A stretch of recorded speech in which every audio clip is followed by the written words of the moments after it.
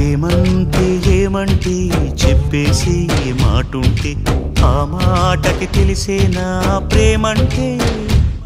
అది చరితలు సైతం చదవని వైనం కవితలు సైతం పలకని భావం సరిగమలెరుగని మధురిమ ప్రేమంటే